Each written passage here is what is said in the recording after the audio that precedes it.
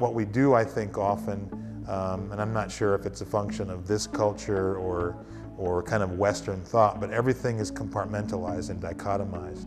And I think what the people around the table at Envision Spokane who drafted this language and listened to the community said was that if we're talking about housing, we can't separate housing from healthcare.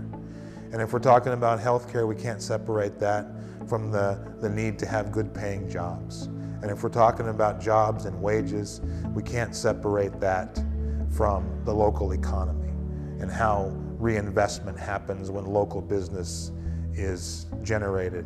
And if we're talking about the local economy, we can't separate that from the local environment and the needs of the river and renewable energy.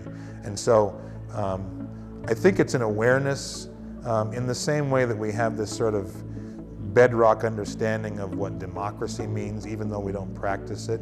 There is this existing awareness that all things are connected and related, but we're so practiced at dividing them that we get used to this is a single subject. You can't talk about housing and the environment. You can't talk about workers' rights and healthcare.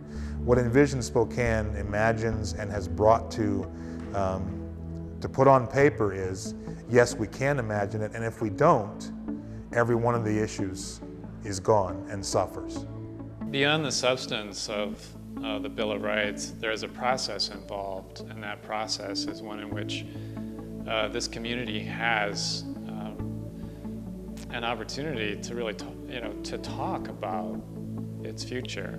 I mean, when have we really had a chance to, as a community, as its various elements, its parts, to sit down and to really envision what we want as a community?